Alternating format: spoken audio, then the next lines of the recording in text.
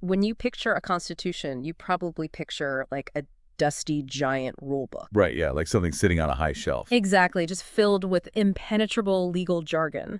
You break a law, and a judge flips to page 400 and something, points to a paragraph and says, there it is, you can't do that. Broken or not broken. Very binary. Right. Clean administrative lines dictating exactly what a government and its citizens can and cannot do. Which is, I mean, it's a list of rigid boundaries, sure.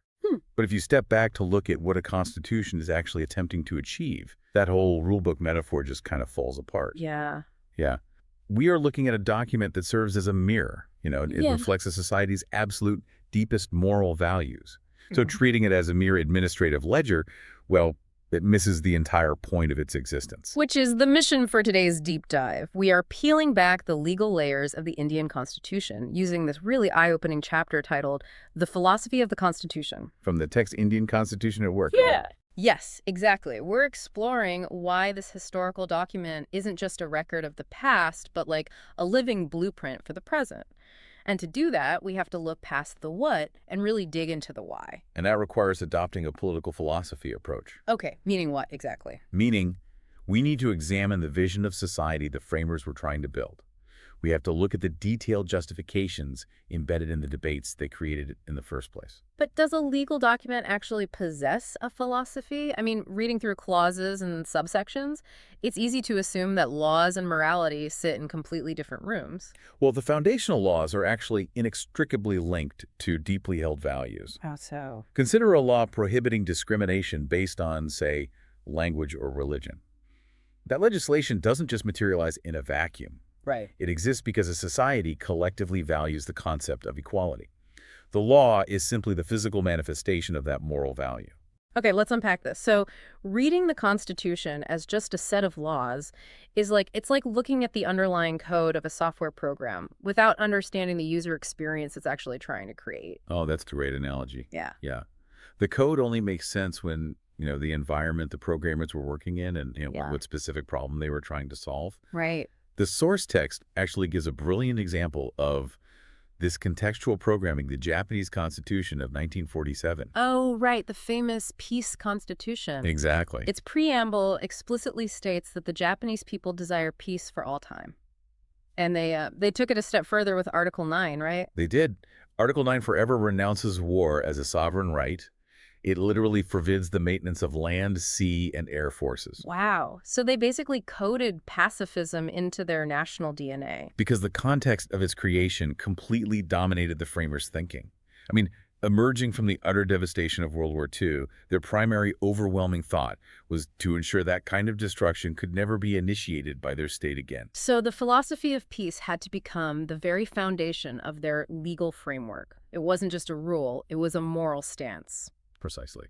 Well, if a constitution is a moral software program for a country, what was the primary goal the Indian framers were trying to code into existence? I mean, their context was centuries of colonial subjugation and deeply entrenched, rigid social hierarchies. Right. So traditionally, constitutions are framed as tools to restrict state power. Modern states possess a monopoly on force, right? So a constitution draws the rules of the game to ensure the state doesn't become tyrannical. It's the ultimate leash on the government. Exactly. But looking at the Indian context, it had to be more than a leash. It also had to be an engine for democratic and social transformation. Because for colonized people, this was their very first real exercise of political self-determination. Right. They weren't just restricting power. They were grabbing the levers of power and using them to empower vulnerable people to achieve a collective good. The text highlights a quote from Jawaharlal Nehru that I think captures this massive shift in momentum perfectly. Oh, the one about the Constituent Assembly. Yeah. He argued it wasn't just a gathering of able lawyers hashing out legal clauses. He called it a nation on the move, throwing away the shell of its past political and possibly social structure and fashioning for itself a new garment of its own making. A new garment of its own making. That is so powerful. They were actively breaking the shackles of traditional hierarchies. They really were. But I'm going to play devil's advocate here for a second. Go for it. Because if you are listening to this right now, you might be thinking, why should we care about the intentions of people from over 70 years ago. Sure, that's a common critique. The text even points out that in America, applying 18th century values to the 21st century can sometimes feel completely absurd. So why bind ourselves to the past? Well, the text actually offers a really compelling counterargument to that exact concern. The world of India's original framers hasn't completely detached from the present day. Really? How so? In terms of core values, ideals, and the structural challenges of the society, those foundational debates are still highly relevant today. The history of the Constitution is, in a very real sense, the history of the present. I guess that makes sense, because when times are good and the system is functioning smoothly, we tend to forget the reasons behind our political practices. We just kind of take our rights for granted. And that forgetting becomes incredibly dangerous. When those practices are suddenly challenged or threatened, if you don't know why you have a right, you cannot properly defend it. Right. We need this historical philosophy to arbitrate modern conflicts. Exactly. So, to fashion Nehru's new garment, the framers had to weave together some very specific and sometimes fiercely competing values, and the very first thread they grabbed was individual freedom. Which, it's important to note, was the product of over a century of continuous intellectual and political struggle. It wasn't just a sudden epiphany during the assembly debates in the 1940s. Yeah, the text traces this way back to the early 19th century. Ramahan Roy was already protesting the British curtailment of press freedom back then. And his argument was incredibly modern for the time. He basically said if a state is going to be responsive to individuals, those individuals must have unlimited liberty to publish and communicate their needs without fear of censorship. And that demand for a free press became this continuous drumbeat throughout the entire British rule. Then you introduce the infamous Rowlatt Act. Right, which was a colonial law that allowed the British government to incarcerate Indians without a trial, based purely on suspicion. It essentially stripped away the fundamental freedom from arbitrary arrests. And the national movement opposed it vehemently, sparking massive protests. So by the time they sat down to write the Constitution, freedom of expression and freedom from arbitrary arrest weren't just like abstract ideas discussed in a vacuum. No, not at all. They were non-negotiable values paid for in blood. This gives the Indian Constitution a very strong liberal character. But, and this is a crucial distinction, it's not liberal in the way we typically use that word in the West. That's right. Classical Western liberalism almost always privileges the rights of the individual over the demands of social justice and community values. Right. The individual is paramount. Exactly. But the Indian Constitution fuses individual liberalism directly with social justice. See, I'm stuck here. If classic liberalism is all about the individual, how did they legally justify prioritizing the community without completely overriding those individual rights? Well, Indian liberalism had two distinct historical streams. You had the first stream, starting with figures like Ramahan Roy, emphasizing individual rights, particularly women's rights, within orthodox structures. Okay, that sounds like standard liberalism. But the second stream brought in thinkers like K.C. Sen, Justice Ranade, and Swami Vivekananda. They recognized a fundamental truth about Indian society in a culture with deeply entrenched hierarchies, like the caste system.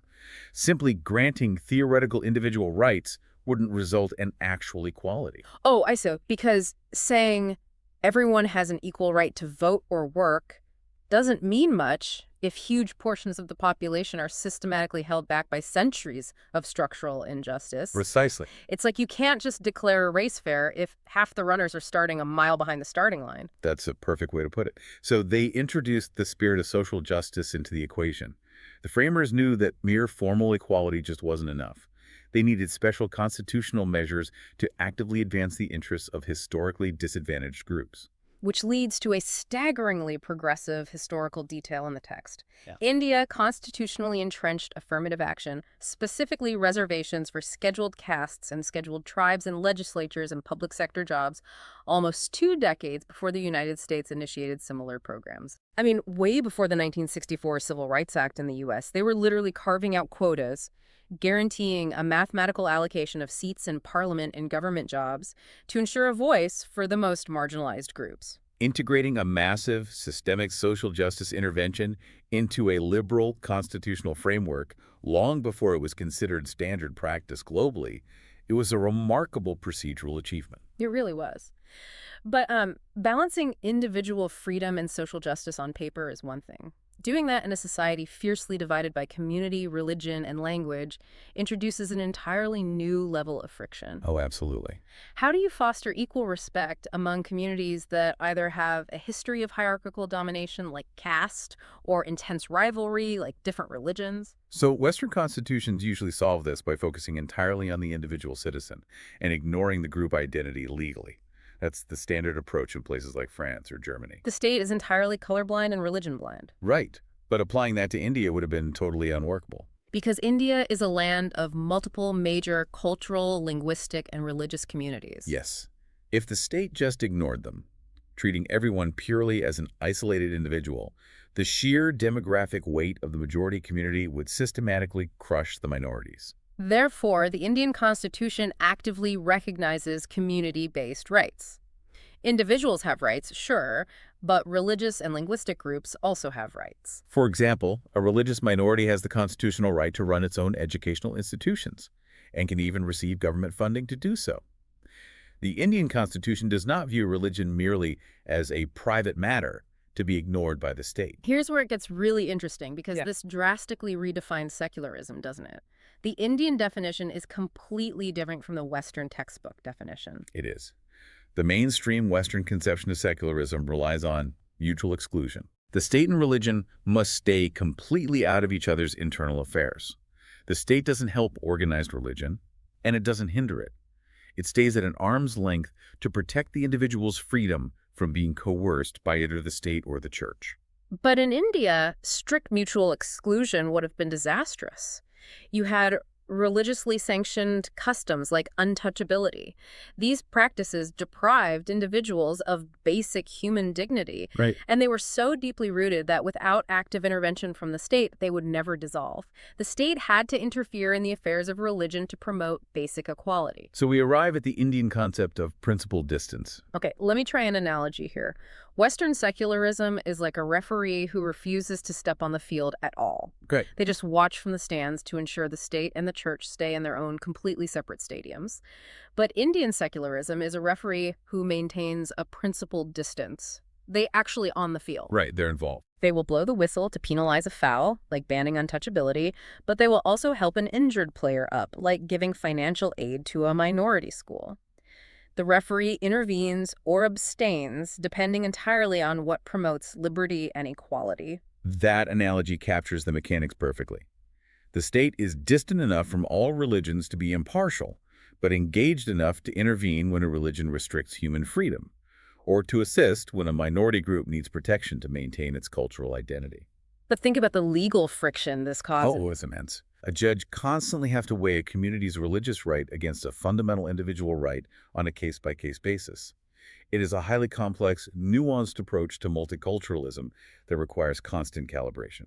And if you've just empowered every single individual while simultaneously recognizing massive community and religious divisions across a giant subcontinent, you need a way for all these voices to actually be heard. Right. To legitimize this incredible tightrope walk, the framers took an unprecedented democratic leap, They adopted universal franchise, the principle of one man, one vote. which sounds totally mundane to you and me today.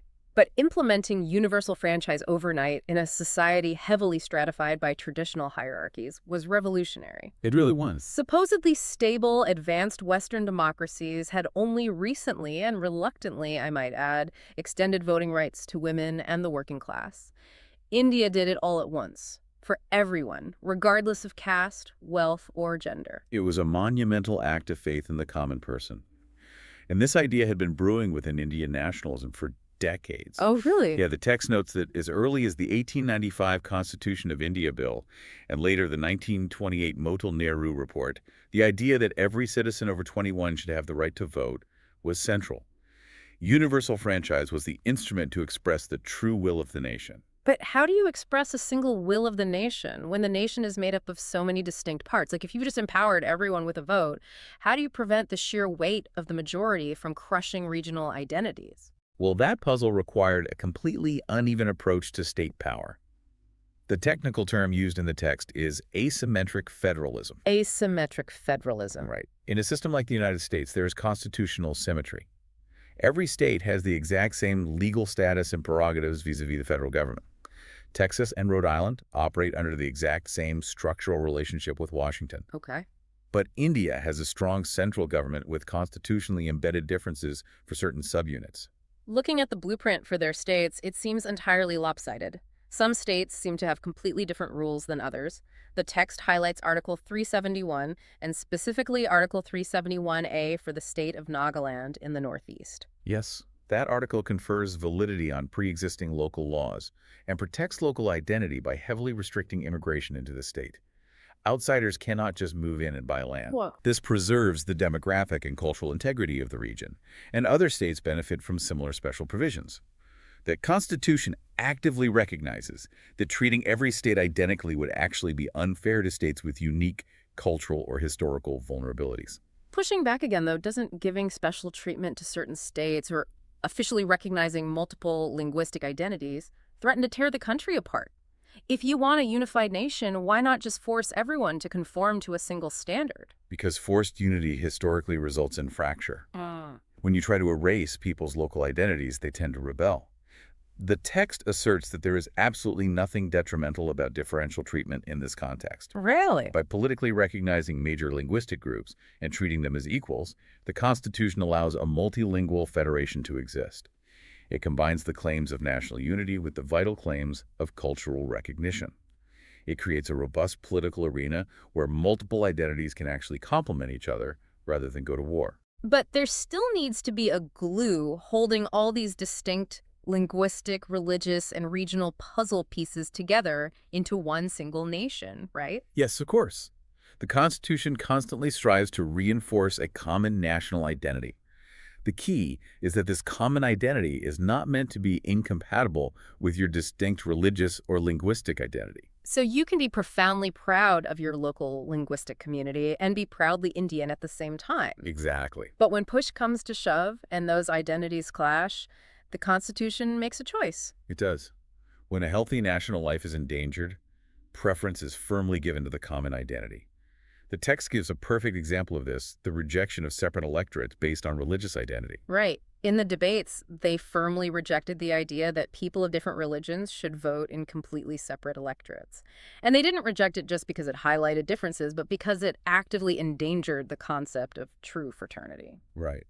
Sardar Patel articulated this beautifully. He stated that the ultimate goal was to evolve one community. So we have this incredibly complex system, principled distance in religion, asymmetric federalism for the states, affirmative action for social justice, and universal franchise to give everyone a voice. It's a lot. The reason it doesn't collapse into chaos is its greatest procedural achievement, a deep, abiding faith in political deliberation, compromise, and accommodation.